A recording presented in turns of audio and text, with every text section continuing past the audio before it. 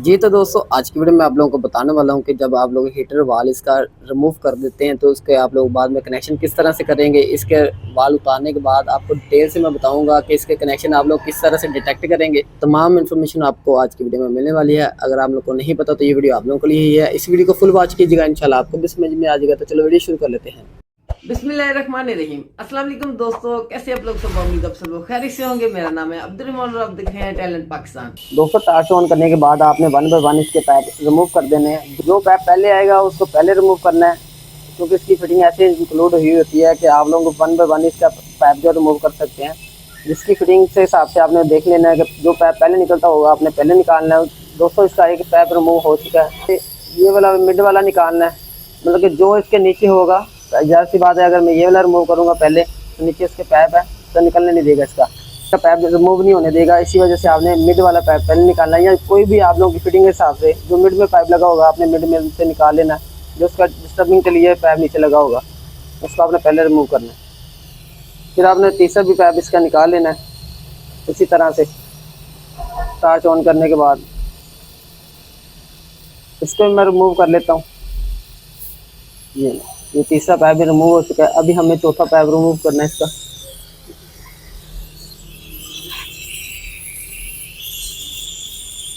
इसको आपने लास्ट पे निकालना है।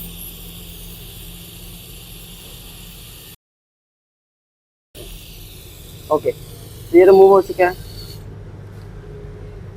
तो ये आप लोगों के सामने वाल हमने बाहर निकाल लिया है। ये हीटर वाल है, यानी कि ये कन्वर्ट कर रहा होता है कि ठंडक करनी है या गर्म करना है। रूम के अंदर आप लोगों ने गर्म हवा लेनी है या ठंडी हवा लेनी है, ये इसको डिसाइड करने के लिए ये वाला वाल इन्होंने इंक्लूड किया होता है। हमने ये रिमूव कर दिया क्योंकि ये इसके अंदर लीकी थी, इस वजह से इसको रिमूव किया। अभी हमने चेंज नहीं करना। अगर चेंज नहीं करना होगा तो आपने ज़ाहिर सी बात है इसके जो चारों पैप आप फ्री हो चुके हैं, इसका अब आप आपस में आपने कनेक्शन किस तरह से करना है इसके बारे में ही मैंने आपको आज की वीडियो में बताना था। अगर तो आपने वाल के ऊपर ही वाल लगाना हो फिर तो कोई इशू नहीं होता, ज़ाहिर सी बात है आपने जहाँ से उतारना है वहीं पे लगा देना है। पर आपने अगर इसका भी अगर डायाग्राम उससे समझना है कि इसका डायाग्राम किस तरह से होता है, ये कैसे काम कर रहा होता है, तो इंशाल्लाह मैं उस पर भी वीडियो बनाऊंगा और आप लोगों को डिटेल से बता दूंगा। आप लोगों ने वीडियो के अंदर कमेंट लाजमी कर देना है। तो अभी हम बात कर लेते हैं इन सभी कनेक्शन के बारे में कि हम लोगों ने इसके साथ कनेक्शन अब किस तरह से करना है ताकि ये वाल की अटैचमेंट रिमूव होने के बाद कनेक्शन सभी के सभी अटैच हो जाए। अच्छा दोस्तों, अभी रिमूव होने के बाद आप लोगों ने सबसे पहले तो इसका डाया समझना है कि ये चारों के चारों पैप जो किस चीज़ के हैं। सबसे पहले आप लोगों ने इसका डाया समझना है। तो ये आप लोग देख सकते हैं एक पाइप जो है यहाँ से निकल के यहाँ तक आ रहा है, यानी कि इसके रोटरी के सेक्शन तक आ रहा है। इसको आपने समझ जाना कि ये सेक्शन का पाइप है, ठीक है। अब दूसरा पाइप ये ब्रेक जो है, इसको ये तो 100% डिस्चार्ज का पाइप होता है। ये भी आप लोगों ने इंक्लूड चेक कर लेना कि ये कहाँ से कनेक्शन होकर यहाँ तक पहुँचा है, ठीक है। ये भी चेक कर लेना। ये दो हो गए, एक सेक्शन हो गया रोटरी के साथ लगा हुआ है और ये डिस्चार्ज हो गया जो कंप्रेसर के साथ ही लगा हुआ है। अब ये दो पाइप रह गए हैं, अब इनको भी समझ लेना है आपने कि ये कहाँ से आ रहे हैं। तो यहाँ पे आप देख सकते हैं ये सिर्फ यहाँ पे आकर कनेक्शन इसका यहाँ पर आएगा। एसी की जो हमारी वापसी आ रही होती है, ये जो पाइप है ये वापसी के ऊपर आप लोग देख सकते हैं लगा हुआ कि जो एसी की वापसी गैस आ रही होती है यहाँ पे लगा हुआ है। हमारे इन्वर्टर कंप्रेसर के बगैर पहले आते थे हमारे जो एसी कंप्रेसर, ये तो डीसी कंप्रेसर है, ज़ाहिर सी बात है इसके ऊपर इन्होंने ऐसी चीज़ें इंक्लूड की हुई हैं। जो एसी कंप्रेसर आते थे हमारे वो डायरेक्ट के डायरेक्ट यहाँ पर सेक्शन के ऊपर अटैचमेंट हो रहे होते थे।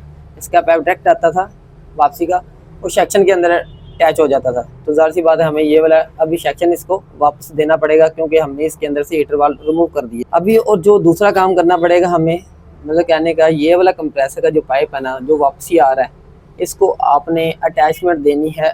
इसको ये वाला कंप्रेसर के पाइप का ना जो यहाँ से आ रहा है, कंप्रेसर का जो फिल्टर लगा हुआ है इसके साथ आपने अटैचमेंट देनी है। वो ये वाला जो पाइप ना ये वाला है इसके साथ अटैच है। तो आप लोगों ने इसको दोनों को आपस में यहाँ पर इसके यू लगाना है, ठीक है। ये हो गए दो आप लोगों के पैप जिसके ऊपर आपने यू लगाना है। तो ये जब गैस वापस आएगी तो इसके अंदर वापस कंप्रेसर के अंदर जाएगी, तो फिर डिस्चार्ज जो है ना स्टार्ट होना शुरू हो जाएगा कंप्रेसर के अंदर से। जब यहाँ से डिस्चार्ज आएगा तो ये वाला पाइप, अब ये जो चौथा पाइप है आप लोग देख सकते हैं ये कंडेंसर के अंदर गया हुआ है। ये कंडेंसर वाला पाइप जो है वो आप लोगों ने डायरेक्ट डिस्चार्ज के साथ दे देना है, क्योंकि ज़ाहिर सी बात हमने एसी यूज़ करना है।